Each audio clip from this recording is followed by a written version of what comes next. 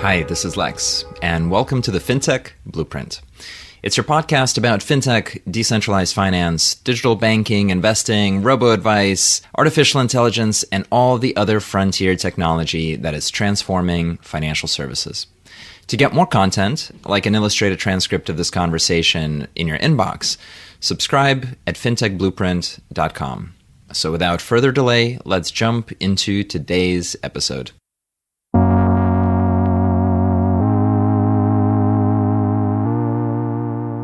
Hi, everybody, and welcome to today's conversation. I'm absolutely thrilled today to have with us Ed Maslaveckas, who is the founder and CEO of Bud. Bud is a fintech company which started out in the data aggregation space in Europe in open banking and has since been looking at artificial intelligence and the impact of that on financial services. So I'm very excited about conversation. And with that, Ed, welcome to the podcast. Thanks for having me. Pleasure to be here. Fantastic. All right, let's start with the easy stuff. What pulled you into finance? Why did you start your career there?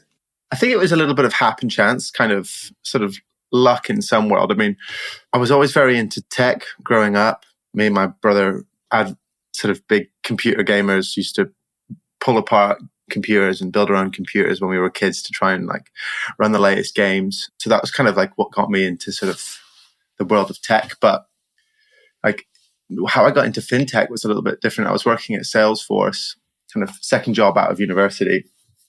And I had one job for 11 months and then worked at Salesforce for 11 months. But when I was working over at Salesforce, this was kind of around 2014. It was like kind of one of the, not first waves, but like certainly like a big wave of fintech was happening in London. And at Salesforce, it was part of our team. We're looking after those kind of new customers coming in. And I was very interested in what was happening in that ecosystem at the time. And certainly when we started the company as well, kind of a year after that, the fintech ecosystem was kind of very tight knit. I still know a lot of folks that have gone on to do lots of different things in lots of different countries that were all together in that early wave of fintech in the UK. And, you know, my job at Salesforce was thinking about how we kind of could leverage that network and kind of win more at Salesforce. Then kind of looking at the market, I started to think, you know, there's all these new emergent technologies, these new products, but not much had been done or sort of changed in the way that customers were able to find and understand what these products were and how they were different to what existed. So the first version of Bud was very much, someone's called it a financial education platform, but I kind of more saw it as a financial assistant where we would use your data to recommend relevant financial products, more on the side of fintechs rather than traditional FI products. But that was kind of the sort of wave of thinking from being in Salesforce to thinking, hey, there's a solution here. And that was the first version of Bud, which was a consumer app. Can you talk about the atmosphere in the UK around that time? You know, so when I think about the US, you had that wave of mint.com in 2007 through maybe 2013, where people just realized, oh, look at all this Web 2 stuff. You can point it at financial products. What was the atmosphere like in the UK during that time? What was the government position, the regulatory position, as well as from the talent side? What were people interested in? And can you give us a flavor of that moment? Certainly was. Like any moment, you don't realize you're in it until you're not anymore. Because it was quite special. There was a community that got sort of built around there was a tech hub in Shoreditch. There was Level 39, which was like another place in Canary Wharf. There was, I think Barclays Rise were around at that time, if I remember. There was kind of the 11FS team that kind of created a podcast and created kind of events. And so it became kind of this very tight-knit community that sort of existed. What it really was born out of was actually kind of, you mentioned the Web 2, but, you know, it was sort of 2014, 15. It was kind of really bringing financial services products to modern apps, really like launching a service through an app. Whereas before it was kind of web-based or in person, you know, it was kind of the neobank wave. So, you know, class of 14, 15 was, you know, ourselves, Revolut, Monzo, you'd had TransferWise was a little bit earlier before that, but that was in its big growth phase. So there was a lot of kind of similar people. There was a lot of money. The regulation, so a lot of investment going into all sorts of different spaces. From a regulatory perspective, we had, and we still continue to have quite a progressive regulator. I think they were maybe much more open for business at that time, given kind of right now there's a lot more resource constraint in the regulator. But we we had the first ever FCA sandbox, which we took part in to launch like new recommendation engines and things like that. Sort of talking about AI stuff, but very early. So it was very progressive. Anything was kind of possible. And it was exciting. But on a personal level, it was just actually very nice. You kind of knew everyone. So it was quite cool. Interesting. So you've got this neobank wave and you've got the transition to mobile apps. And now there's an opportunity to make those mobile apps the primary banking account, the home account of a whole generation of people. And you started thinking about that as a distribution channel. Can you talk about some of the initial product that Bud tried to build, and maybe, how did you look around the competitive environment at the time? I'll just say the word Plaid to put it out there and create the question of how you looked at that company and how you thought about it relative to what was happening in Europe. It's funny, with Plaid has always been an essential part of the stack, but like in terms of where they were positioned at the time versus, obviously they also started as a consumer app, right? Our thinking was really this, like that if we were able to get hold of, that core transactional customer data, we could really help the customer kind of make better financial decisions. That was the thing we were focused on. And that was the V1. And there was kind of 3 technical challenges, right? Like one was getting hold of the data. So Plaid didn't exist in the UK. There was people like Yodlee, but we didn't really like their data practices, quite frankly, at the time. We didn't feel so happy about the security of the way they did screen scraping. What was it about the Yodlee product or API stack that didn't feel right? When you are screen scraping, you're essentially having to store someone's like bank login credentials, right? And so there is an inherent sort of honeypot risk there. So we spoke to them about, how they stored credentials, how they accessed data, how they stored it, the encryption methodology, as simple as encryption methodologies, encrypting stuff at rest, all that kind of stuff. A lot of things that we thought would be the best way to do it. And at the time, and I haven't looked at their stack recently, but at the time, there wasn't that. Also, they were kind of a big proponent of selling data. We kind of felt that if we had a customer, we didn't want their data to be sold and distributed, and we wanted to be able to kind of help them, our customers, keep their data secure. So there was a few different things there that we didn't like. And really, it came down to how they stored credentials. We just didn't think that was particularly secure and safe. And so we thought we'd do that ourselves. So we began building kind of our own infrastructure ourselves, which, the screen scraping piece was certainly a challenge. And that kind of was one of the challenges with the core product early on. The second and third sort of challenges being one around when we got hold of the data, being able to enrich it and be able to really understand the transactions and the customers based off of the transactions, like teach machines to understand the who, what, and where of transactions, which kind of went on to be what is the core capability of Bud. And the third piece was like this idea that, when you're getting this live stream of data, not only one of the cool things we built at Bud, which was quite unique, was not only were we into trying to bring in transactional data, we were actually integrating third-party product APIs. So as I mentioned, there was like this ecosystem of fintechs, but a lot of them were actually building APIs like into their core products. So actually, before open banking rolled around, Monzo actually had APIs for a lot of their products and services that you could access. People like TransferWise and people like there was another transfer company called World First that was bought by, I think it was Alipay or someone. They had APIs to the extent that you could, through our integration with them on a Bud app, you could deposit money into their account. You could then trade an FX, create an FX trade, and push money to a different product, all on the world first system through a set of APIs, right? So we had this idea that like we could be bringing in not just transaction data, but product usage data through this kind of marketplace of services, and then use all of that data together to create this like live updated feed of who the customer is and their financial position to always give them the best recommendation. Now, that was a huge technical challenge, and one that I think is only getting solved today with some of these new language models in terms of understanding the customer data and being able to kind of give them real-time assistance. So there was kind of these three technical challenges. One was getting data. Second was understanding that transaction data. Third was understanding all that customer data and giving assistance.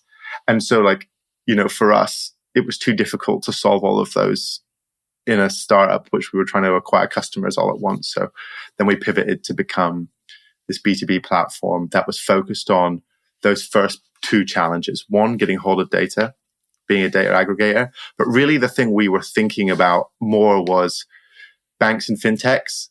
The number one source of their data is not the aggregate data that you could get through someone like us or Plaid or TrueLayer here. It was really their first party data. So it was more about the service we were offering, which took a while for the market to understand, was really actually now that open banking is rolled around, there's a way to share data that's secure. If you share your first party data with us and we bring in the third party data, or you have third party data, we can give you one view of the customer. And that was really our proposition. And so that's how we felt very different to Plaid and other people. But again, that took a while for people to understand the nuance there. You've probably had to explain that a bit, which I'm sure is frustrating, but is very clear to me. At the data aggregation layer, there's also a bit of nuance for our listeners in that extraction is very different geographically where you're building these companies. So in the US, you have a very kind of funky banking industry structure where you have a very long tail of local and community banks, you have credit unions, you have all these brokerages. Investment and banking data can't sit in the same entity, so you're splitting them. So there's 10,000 banks, there's 5 or 10,000 investment advisors, there are all these different custodians. On top of that, you have the 50 states and the federal regulator, and none of them agree about anything. And so the only way you can just read data for an individual is to crowbar that data out of the banking infrastructure. They don't want to share it. Recently, Mint.com went down, and one of the pieces of coverage around it I've seen is Fidelity, cutting off access to aggregators for customer data. In the balance of things, I'm on the side of, if I'm banking with somebody, they might be a custodian of my finances and they might be a custodian of my information, but it is absolutely not theirs. But that's not the point of view largely in the US. So you end up having to crowbar the data out, and it is very janky. This is just for read data, let alone execution, right? In the UK and Europe, you've had open banking, and so you've had a forcing function to make banks open up their APIs for both read and write execution. And on top of that, the actual number of banks is much smaller. You have larger banks and there are fewer of them. It is quite a different problem in terms of just even getting the view of the customer. Can you talk a little bit about how easy or difficult it is to generate insight off of the information that is gathered? So lots of people talk about, at this point, it's a cliche to say that data is digital oil or that it's the core asset of Web 2. But actually getting from data to, I understand what a customer profile looks like, what they want, who they are, and making that a valuable piece of actionable information is really tough. Can you talk about what your journey's been there and where the value is in creating that? So I'll talk about how we've got there. But if we look at what the long-term objective is, the long-term objective is something we can all understand, right? The idea that an app, a website, a technology platform should be able to understand me as an individual from a data perspective and give me recommendations or help me to sort of narrow down the worldview of all of the financial options that are possible to the 3 or 4 that are good, right? It might be spend less money than you're spending today, or it might be here's 2 credit cards that could really boost your credit score. And that is, something that might be valuable to you. There's a number of different things. Now, going all the way back down, that's kind of like this idea that we should all have a financial assistant in our pocket that is always looking out for us, and being updated every time we spend and do something, right? Helping us to invest, like the Fidelity case, or helping us just to sort of budget better, depending on the individual. So if we go all the way back down to like, okay, how do you start from like first principles to solve that problem? Well, you need to understand the data, right? And so when we as humans look at our bank statements, we can read, because we understand English, we can read those transactions and we understand what they mean. But a machine doesn't have any idea what a gas station is. Like, we need to teach the machines what all these things mean. That we need to teach machines what regular spending means, what income means, what income versus spending means. And so that what I've just talked about, that kind of context layer, that's kind of almost the middle part. You go down deeper. Well, when we get these transactions through from banks, whether it's through first-party connections, whether it's the banks, where the banks see the data, which is passed then from the card network, we get this like long string of text and numbers. And it isn't actually as pretty as what you see in your banking app. It's like, 3 letters that could mean that it's like Piggly Wiggly or something like that. It could be like PIGWI, which is obviously like a retailer in the South in the States, right? It's like, and then it will come like with a few different numbers and then some letters that might mean what the month was, maybe some numbers that mean part of the location. There'll be an amount. So we basically need to teach the machine to read those transactions and to understand, that PIGY means PIGYL or something like that, means Piggly Wiggly. And also like PIGGYL also means the same thing. So essentially, like, there's been a number of organizations and companies, I think, that have sold this idea of like customer insight, customer knowledge, being able to give recommendations. But what they haven't done is taken the time to solve the big technical challenge which sits underneath the whole thing, which is really good data enrichment. And so around, from 2017 onwards, we began really focusing on this. And obviously, as the machine learning and AI techniques improved, our models changed and how we did them, how we created them changed. So today, like since 2019, we began building a language model that took that string and was able to understand what that string meant, which means also when we see strings of data and text that we haven't seen before, independent of any them being in a different language or country, we can do a pretty good prediction of what that transaction means. So that's allowed us to have a very accurate transaction enrichment capability, which then ladders up to the customer, right? So from a customer perspective, the biggest source of any financial data is that spend data. So that's like why it's been the biggest focus for us. Any insight on a customer is not done on one transaction typically. It's done on the groupings of hundreds or thousands of transactions. So any error rate, however large or small, really adds up to create a lot of inaccuracies. And what we saw in the market when we started doing this was like the accuracy rate was something like somewhere between 40 and 60%. In fact, like some of the people that still offer these solutions, their accuracy rate can actually be between 40 and 60%. That's not what they claim, but when we test it, that's what we see. And so that's just makes that whole data set not usable. And that for me is really why people haven't solved this problem, if they haven't spent the time investing in the technology to understand the transaction at a basis. That way they don't understand the customer at all. So what this has done is unlocks a whole number of use cases on top of the transactions: cash flow lending, personalization, customer insight, product recommendation, a whole bunch of stuff now that we're talking about, which is then enabled by new AI on top. So one challenge, and I want to talk to you about this, is the unlocking the economics from this, right? So I'm a bank. I've had transaction data about my customers for 50 years. I've never managed to do anything with it. And the pitch is that actually it is super valuable because maybe it lead gens into other products, or maybe it helps you with your underwriting on your banking, on your lending to a particular customer, and so on. But you haven't seen the value before because the models are equivalent to a coin flip of 50%. And that could be persuasive. Like, for example, if you look at neural network performance back to 2010 or to the year 2000 or the 1990s, like, it's the same architectures that, well, not entirely, but in part, the same AI architectures were being used. They just didn't have sufficient data to lower the error rate very much. And so, if something was trying to recognize the difference between cats and dogs and was making a 30% error rate, you're like, that's not a very smart robot. I can't trust it. Half the time it thinks a cat is a dog and a dog is a cat.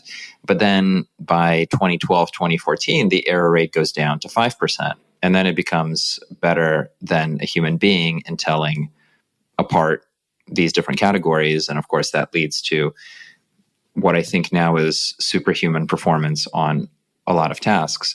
Is that an analogy for kind of what you're seeing in transaction data? Like, is it just the stuff before hasn't been good enough, and now we're at a place where you can outperform the human touch? Like, that's absolutely correct. I think every bank, major bank or fintech we speak to, the first objective we get, and even big big financial tech companies, or like tier one banks, credit card providers. You go to them and you talk to them about, we got this transaction enrichment. It is very, very accurate. We have all these services on top that we've been able to build and deploy with organizations. From that, what do you think? You meet someone at a coffee shop, or you're at Money 2020 and some random kind of event, and then someone that looks after the organization from a different perspective goes, I'm pretty sure we do this. We've got 1,000 people that, 1,000 data engineers and data scientists. Like, we do this. The reality is, like, yes, like, the architectures have got better, which has helped. But to get to this point where we can get into the kind of, we're now really looking at, 2 to 3% error rates on a transaction. To get to this point, it's been 20 million plus invested, and on the latest models, at least 3 to 4 years of iteration. And then we obviously are updating these models all the time. We have systems to update and to retrain and do all that kind of thing. The reality is, in an organization, who is going to make this long-term investment?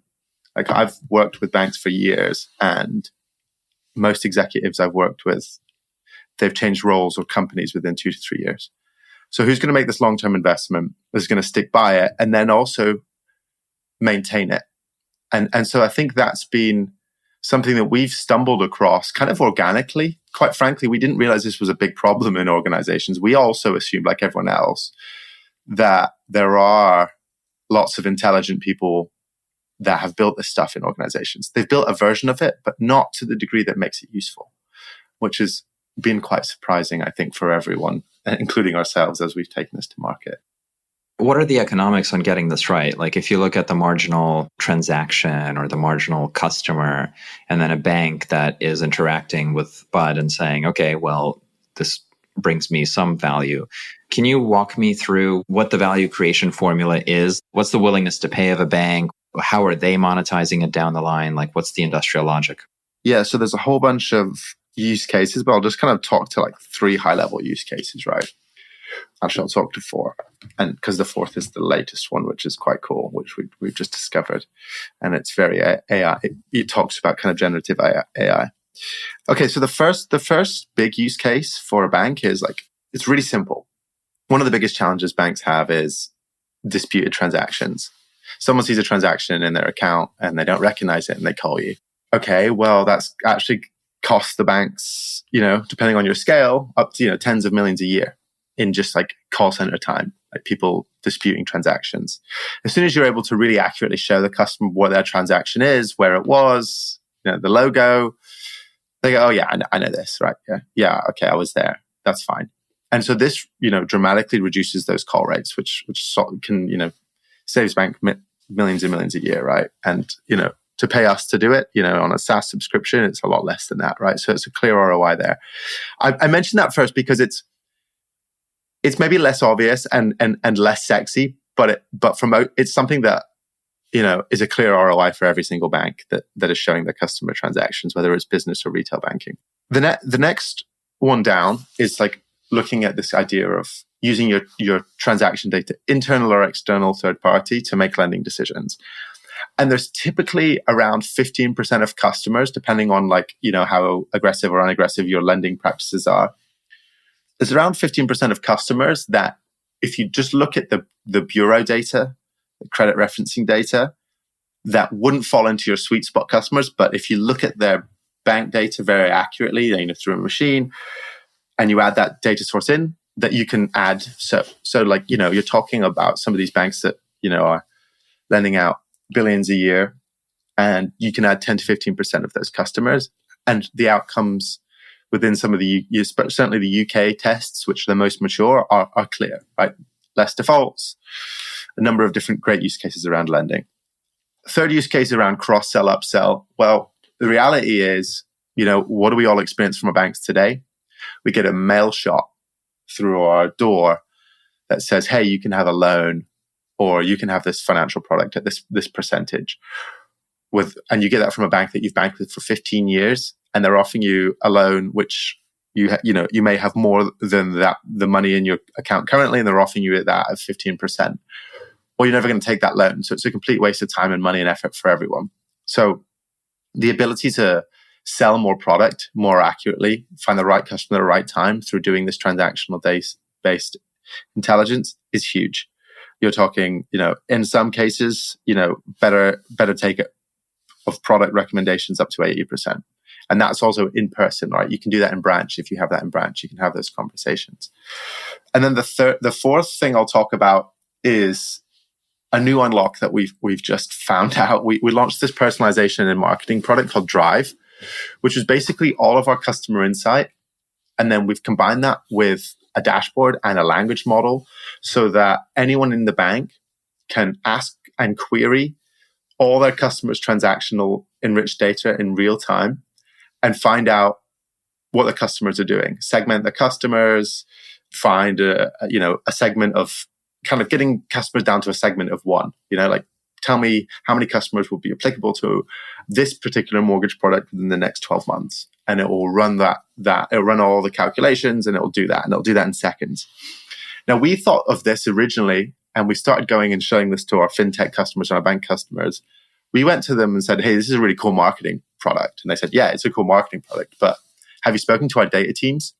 Because something that's a real challenge in big banks, and all banks, but certainly like a bigger problem in terms of opportunity size in bigger banks is all this data analyst time. Like if I want to find out anything about my customers, I've got to make a request to a data analyst. I get a response back in a week. Here's the analyzed data. And you go, okay, that's interesting, but what about this? There's another week there. Well, with this product that we launched called Drive, by having a conversational interface and enriching all the transactional data in real time, anyone, you don't need to be a data analyst, data specialist, can look through their customer data and understand their customers in real time, create segments and create reports in seconds, right? Not necessarily 1 or 2 seconds, depending on the size of the query, maybe like 10, 15 seconds, because there's a lot of compute going on there. But that's been another big unlock that we've really just discovered. The idea that that's not just about personalization marketing, that's also about this kind of whole data analyst problem that happens in organizations that quite frankly we weren't aware of, and allows the bank to become, or the financial organization to be really data driven for the first time. So that's a really exciting thing that starts to be a use case for generative AI, and start to talk about kind of some of the kind of workflow optimization and automation that's happening from these new AI products. Super interesting and fantastic. I want to go deeper in this direction around artificial intelligence and financial products in the future. I'll give 2 examples. I don't know how true they are, so I'm curious as to what you think of them. So in the first case, my experience with behavioral finance and offering digital financial products to people is that most people actually do not want to deal with it. They don't want charts of their stuff. They don't want to understand their mortgages or their retirement. They don't want to build their credit or figure it out. All they want is, and this is reductive, I think for a lot of people this is true, is just a happy green smiley face inside of an app that says, you're doing fine. and you have enough money. You don't have any math homework. You don't have to validate the Sharpe ratio or approve penny savings into some portfolio pie chart. You don't have to skip coffee this week or anything. You're doing fine. Here's a happy smile face. No modern financial app has delivered that. The ones that have delivered a lot of engagement are kind of the opposite of that, where you open up the app and it says, here's some exciting buttons, and if you don't look at these exciting buttons, you lose all your money. So you're like hooked on trading or on crypto or on some interest rate product or whatever. You're checking it because it's like, you got to do it, not because it's actually making you happy. So that's kind of observation number one as it relates to how should artificial intelligence be guiding people in their financial experience. I have a lot of skepticism about more granularity and kind of a preference for simplicity. Maybe actually let me pause there and see if you have thoughts on that or how your experience overlaps. I completely agree with the statement, right? We always just we boiled it down to, so I'm kind of going all the way back to sort of 2015, 16, when we were building our own consumer apps. In fact, we ran consumer apps up until sort of 2018. We were running them on behalf of some of the banks we were working with, some of these challenger applications. So we did a lot of work in this space. And, the simple sort of version of what you said is like, people don't want a mortgage, they want a house. You want a holiday, not a savings product. Like you want real world things. And to be honest, like I'm the same. Like like anyone else, there are certain things I want in my life. I don't actually really care which company, from a personal perspective, which company helps me get there. I just want to work with the one that's easiest and gets me there the bestest and fastest.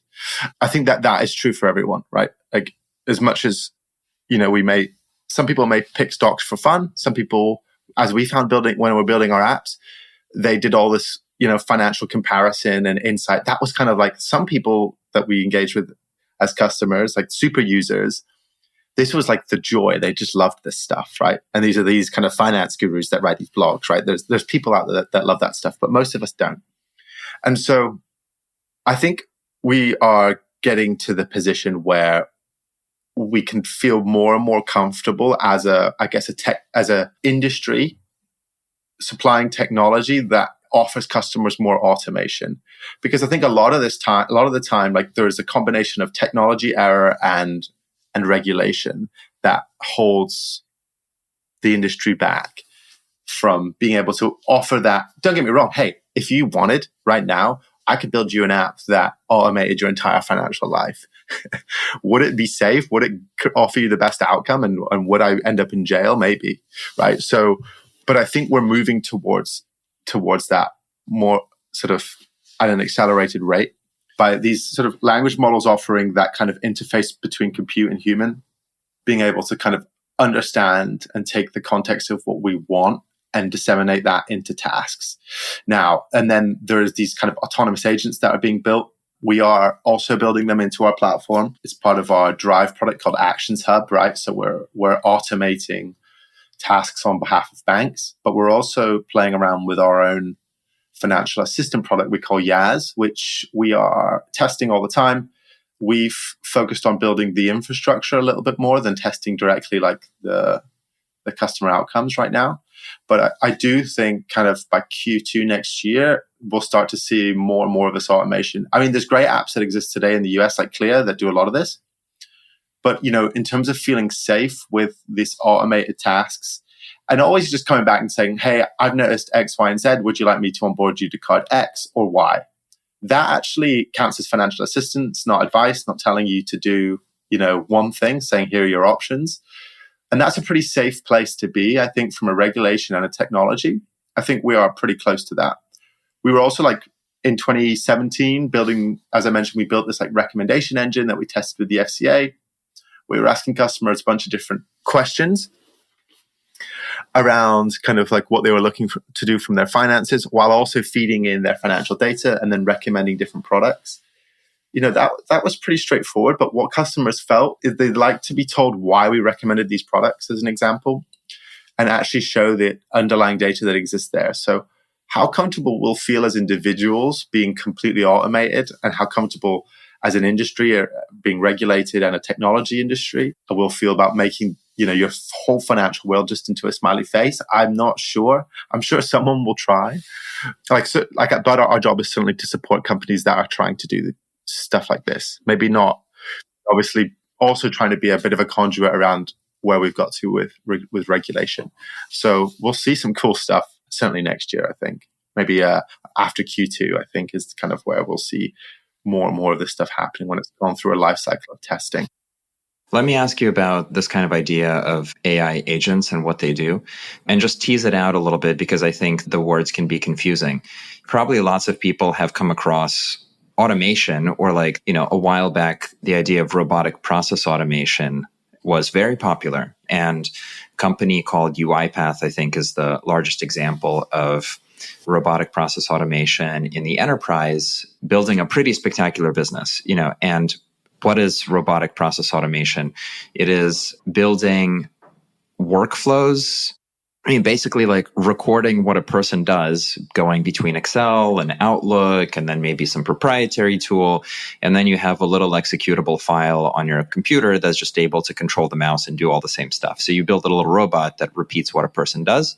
And then you have a system that controls these little software robots, and they can perform some compliance task a million times, right? And then the performance of these things, like a factory, can be managed.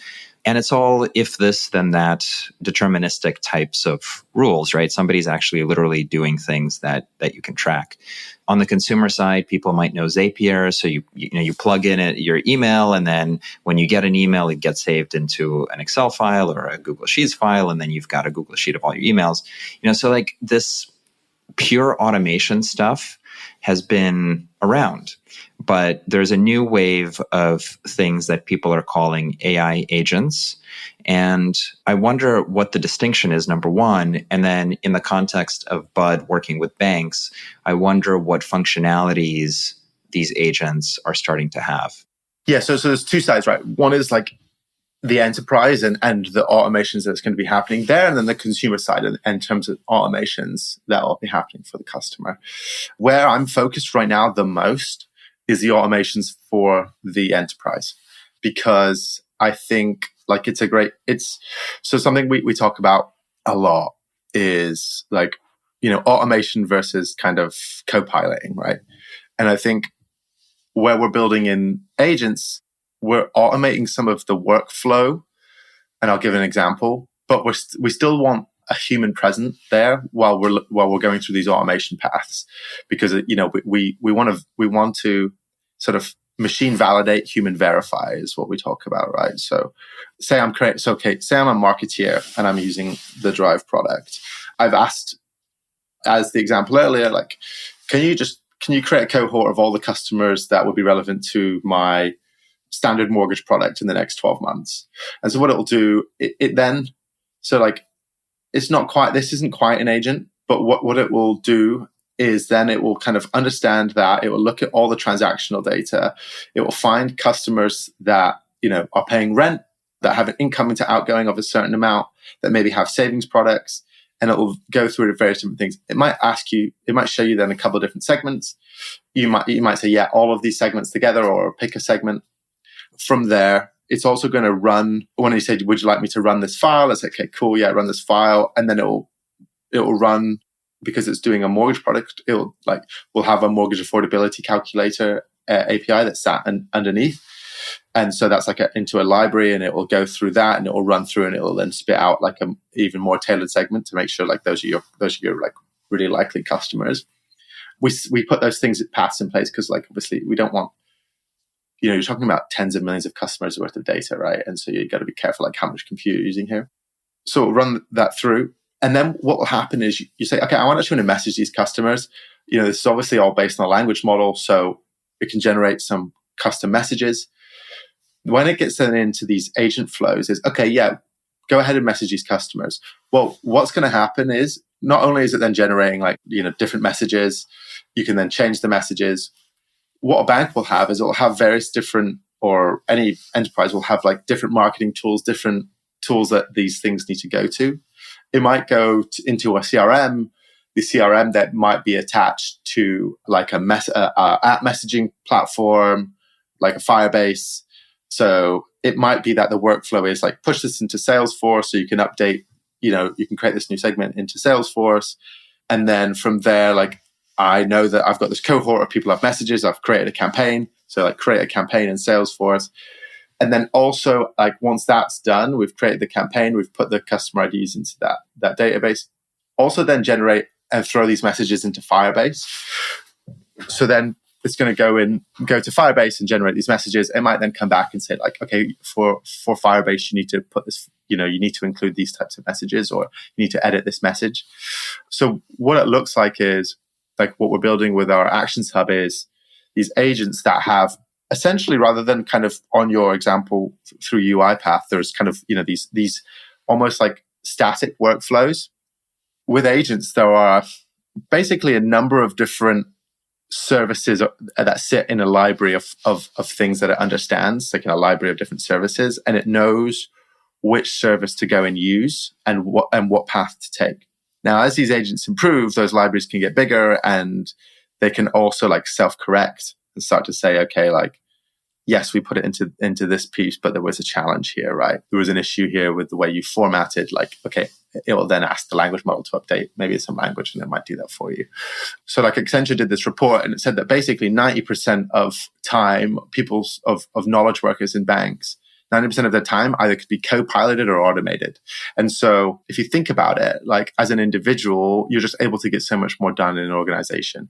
And I think there's a real opportunity to be gained here in terms of just output. We're speaking to banks where the idea of segmenting their customers for any less than 1 million customers is not is cost prohibitive right now in terms of the work to do that. So the idea of getting to a point where you're segmenting customers to one, I think, is a huge uplift. And you're taking the cost and time away by kind of creating these agent flows. So long answer to a short question, sorry. It's a very long question, actually, because I think there's so much fog of war and unknown in the combination of fintech and artificial intelligence, and certainly the generative part of things is extremely interesting. Any kind of concluding thoughts that you have on what frontiers generative AI opens up for financial products? And for me, at least, I think even just the balance between tech firms, content, and money is going to be profoundly reshuffled in a way that we've only, tasted to date. But I'm curious what you think, with a little bit more time for things to run, how AI will subsume, present, and transform financial products. I think I'll just maybe go back to where we started the conversation. When we started this conversation about, I think we were thinking from the consumer side, like how do we get to this point where we like completely automate everything and help the customer to take any financial action. As we've evolved as a business, we have also realized that a big unlock in terms of getting the customer there is helping the financial organizations to improve their tech stack and leverage data to automate things for customers. Because it's all well and good us giving customers a bunch of assistance, when we were our own app. But as soon as you push them off to a product which has this clunky workflow that they have to fill in these files for a mortgage and all sorts of stuff, then it becomes a headache and you lose the dream. So I think looking forward, we started with these 3 core technical challenges. One, getting hold of the data. Well, certainly in the US, which we launched in January, like the ability to get hold of data has really increased. Not only is 1033 coming around in the US, so like that open data framework is happening, hopefully. But also actually like a lot of big banks have done this migration process onto the cloud or onto modern architecture, which means they can access the data much easier. So those are actually, the second one is talked about less, but really important in terms of getting hold of the data. The second point, the technical challenge around enriching transactional data and understanding the customer in real time, also now adding in like other data feeds into that. That's really been unlocked by, obviously we've spent a lot of time doing that. I think there are other people that are starting to do that as well. That was a time cost back, and transformer models, coming out and various different things in the time that we've been around. that's helped us to improve that. I think, improving that stack is becoming more cost effective over time. So we'll only see better performance there. And the third technical challenge was around, the ability to understand human input better and to organize different workflows and tasks in and outside of organizations. And I think that's been unlocked with generative AI. So I actually think it's a really interesting time where now there's a culmination of these three technologies that allows our industry to become much more efficient inside and outside to our customers. And so that, I think, is the thing I'm really excited about. But again, like you say, it's a lot of turmoil. It's a lot of change right now happening. So this isn't going to be a big bang moment. It will be at least a 2-year path, but I think things are going to look very different. Thank you for opening up these topics for us. If our listeners want to learn more about you or about Bud, where should they go? I'm at HyperEd on Twitter, but our website is bud.ai. Easy to get hold of. If you want to email me, I'm ed@bud.ai. I'm easy to get hold of. My response times might not be the quickest, but you'll certainly get me there. Amazing. Thank you so much again for joining us today. Thank you for having me. Hi, everyone. That's it for this week's episode of the FinTech Blueprint. For more technical deep dives into all things FinTech and decentralized finance, check out fintechblueprint.com and grab a free subscription to the newsletter. This is Lex, and I'll see you next time.